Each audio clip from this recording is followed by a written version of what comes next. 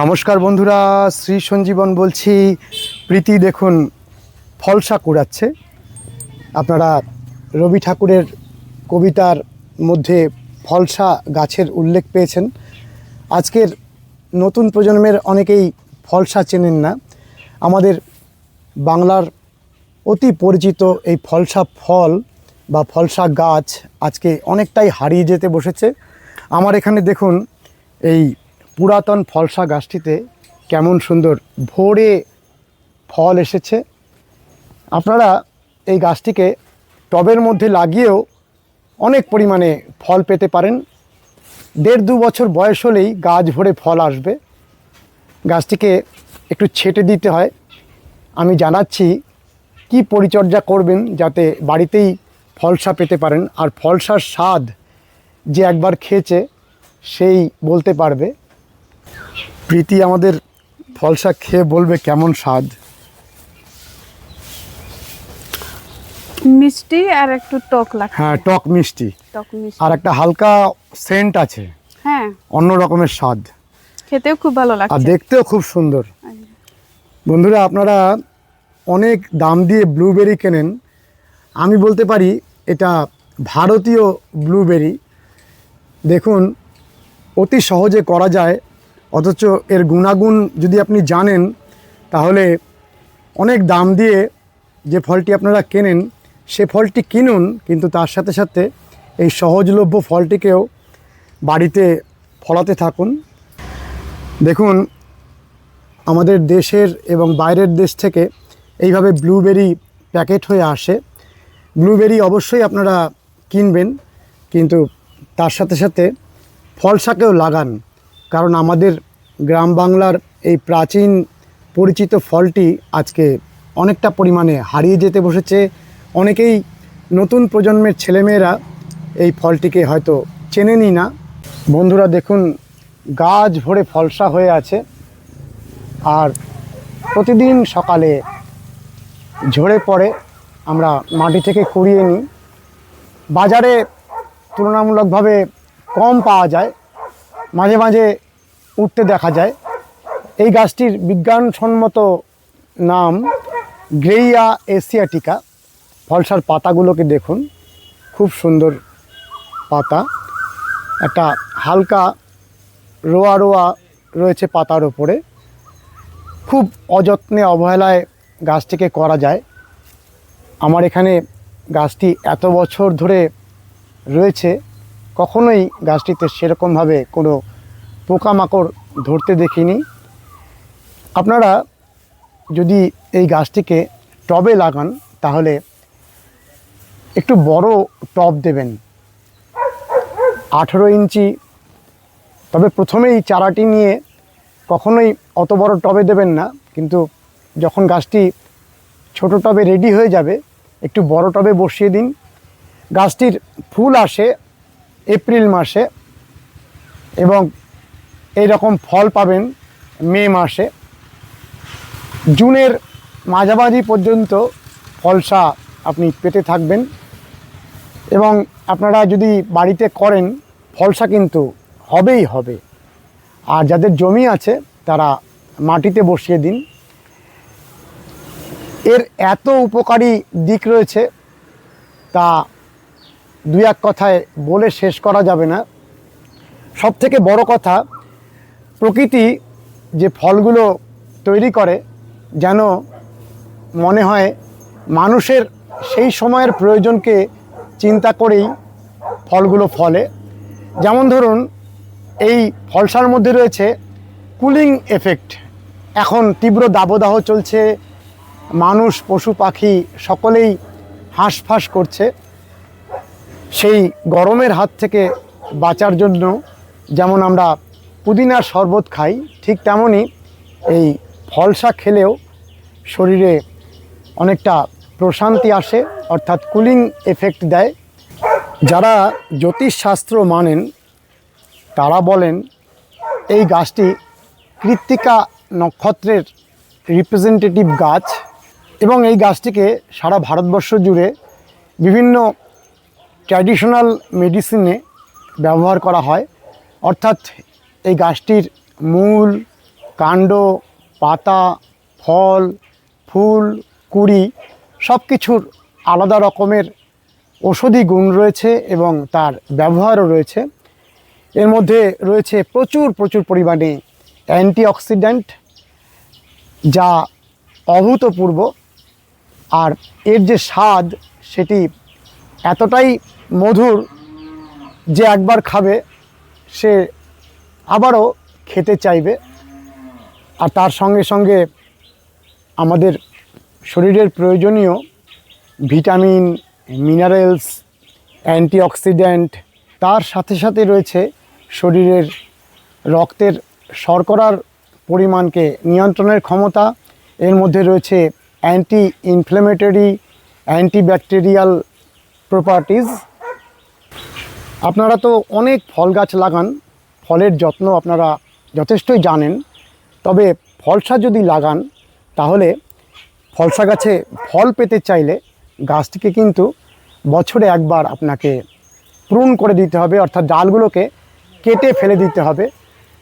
ঠিক আগস্ট মাস নাগাদ, অর্থাৎ জুলাই আগস্ট মাসে ফল হয়ে যাওয়ার পরে আপনি গাছটিকে হার্ড প্রুনিং করে দিন, অর্থাৎ এরকম মোটা মোটা ডাল কেটে ফেলে দিন। দেখবেন আবার নতুন ডাল বেরোবে, নতুন পাতা আসবে। ঠিক তার পরের বছর আপনি ফল পাবেন।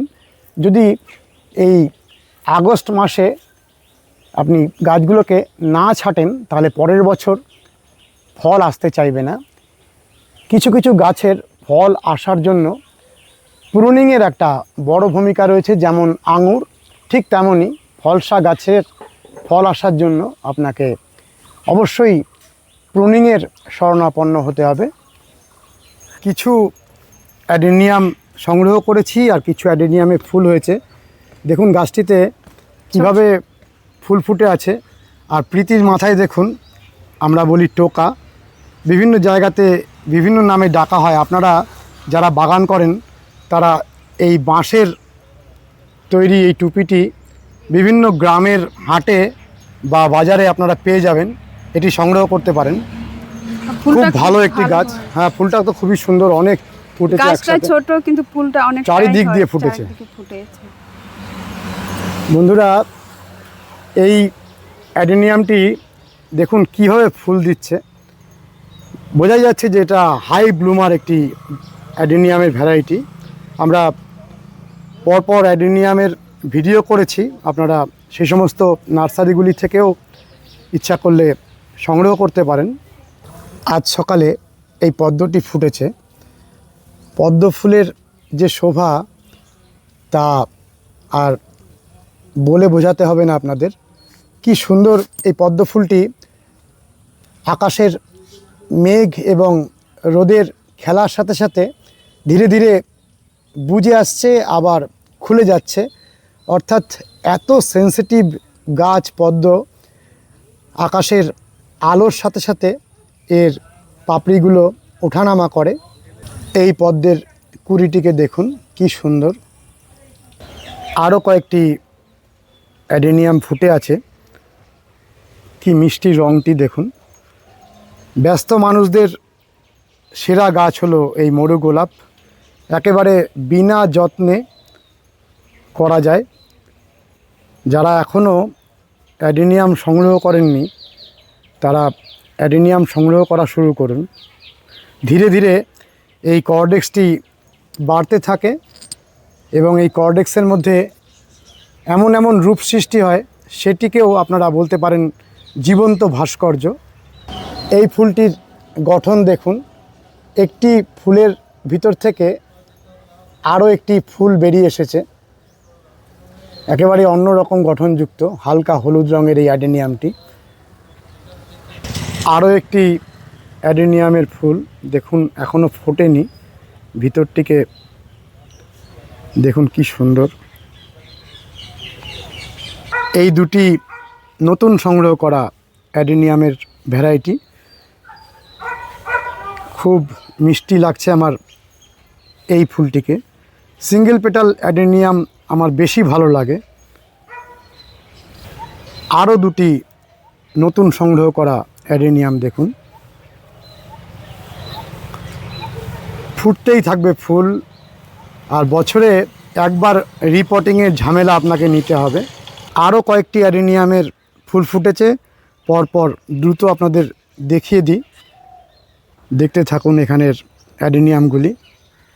দেখুন এই সিঙ্গেল পেটাল অ্যাডেনিয়ামটি আপনারা তো জানেনই, তবুও লক্ষ্য করতে বলছি এই কর্ডেক্সগুলোর শোভা। দেখুন কি জীবন্ত ভাস্কর্য।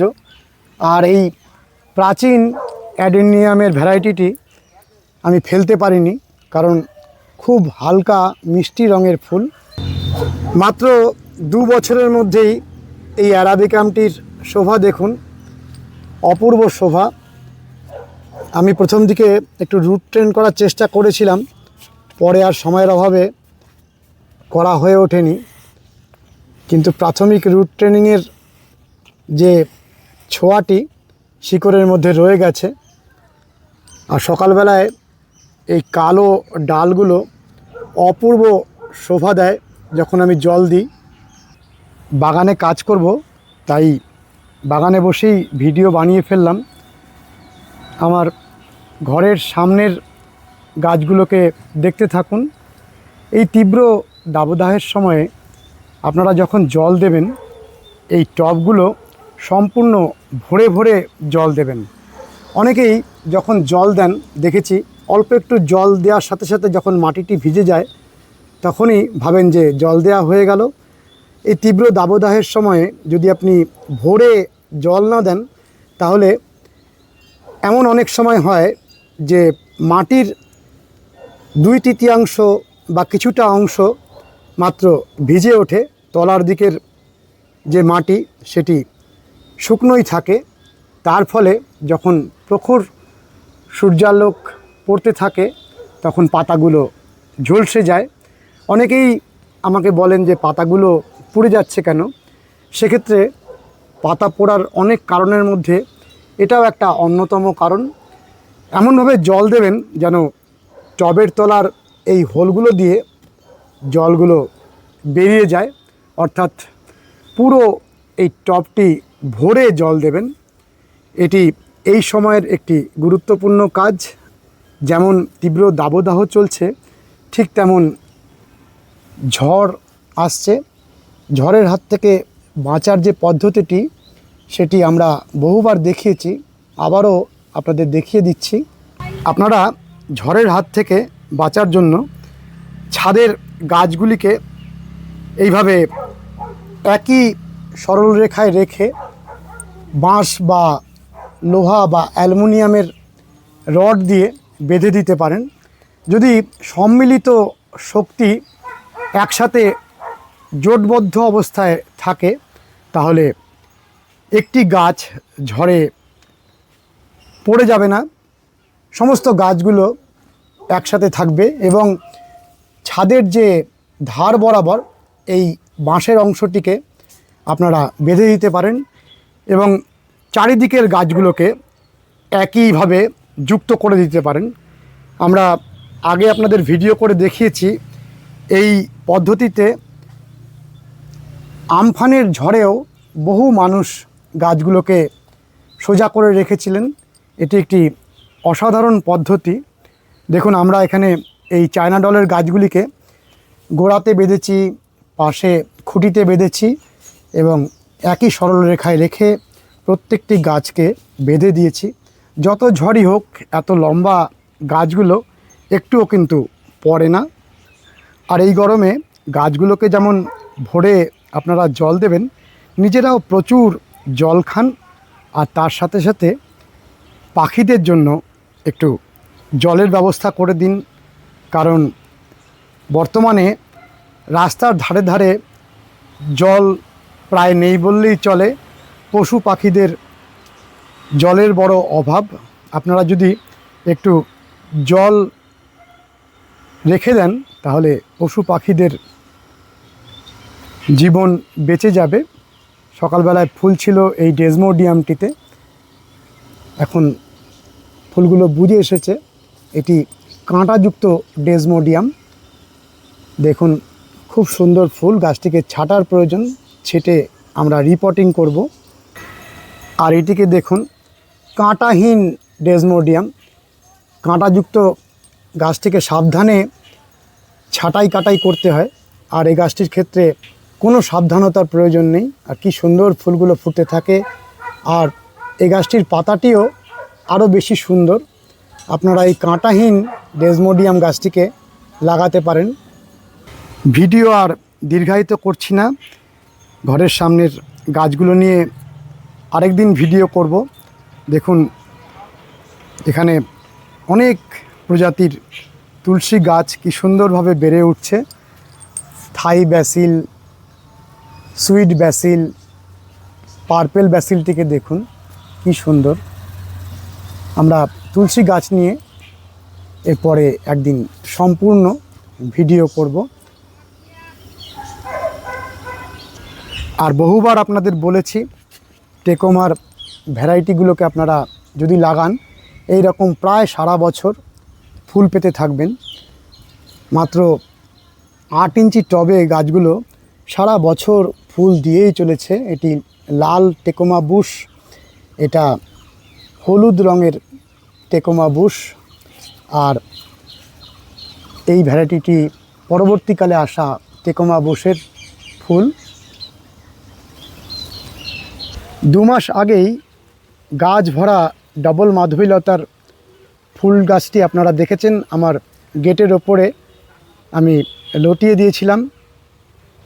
আবার গাছ ভরে ফুল এসেছে, আর অপূর্ব মিষ্টি সুবাস ফুলটিতে। বিশেষত সন্ধেবেলায় যখন আমি এখান দিয়ে যাতায়াত করি, তখন এর মিষ্টি মধুর গন্ধে মন প্রাণ ভরে ওঠে। সামান্য কিছুদিন বিরতি নিয়েই আবার এরকম থোকায় থোকায় ফুল, কত কুড়ি আসছে দেখুন, অজস্র কুড়ি। কিছুদিনের মধ্যেই পুরো গাছটি ফুলে ভরে উঠবে। বন্ধুরা, কেমন লেগেছে ভিডিওটি জানাবেন, লাইক করবেন, শেয়ার করবেন, সাবস্ক্রাইব করবেন। ভালো থাকবেন বন্ধুরা, সুস্থ থাকবেন, ভগবান আপনাদের মঙ্গল করুন। নমস্কার।